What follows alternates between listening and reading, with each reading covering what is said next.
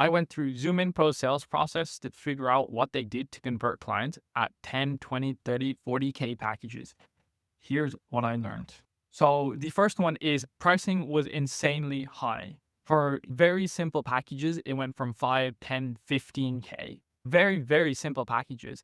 And when they quoted me these prices, I was obviously like, I'm definitely not buying, but I just wanted to understand what type of businesses they were working with. And they were just working with the top of the line, best businesses, companies, Fortune 500 companies that can afford these insane prices. And realistically, for most businesses, it's not possible to buy these prices because it's very difficult to make the margins make sense unless you are selling a very, very high ticket package that needs this sort of data. Second, they had downsells. So when I said to them, hey, I'm genuinely not able to make this information or the margins work on this, is there anything else you can do? They were basically saying to me, hey, we can actually offer you a downsell of sorts. So if it's $1,000 for 10,000 leads or something, and even then it was still crazy. The prices are insane. That's not just because of who they were targeting, but it just like they were able to downsell me because they were like, hey, we've been working on this package. It's much, much cheaper.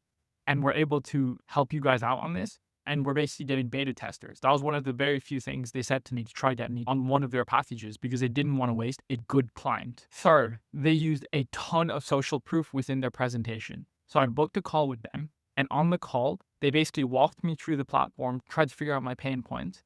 And then what they said was, hey, we're actually working with some of the biggest Fortune 500 companies in the world. There's zero chance that we don't have the best data on the market. If someone says to you, we've been working with some ragtag agency and we'd supplied them with leads, it's like, okay, there's that. And we've been working with Fortune 500 companies. So I can only assume that converts way better on the call. Fourth, they called often to set the appointment. So on the process, within their sales process, once I put my information in, they called me immediately that same day. They had this SDR in. They called me and they were like, hey, saw you put a booking in. Figured I'd reach out to you just because there's a chance that this might be a fit for you. Let's see if we can get a call on the calendar.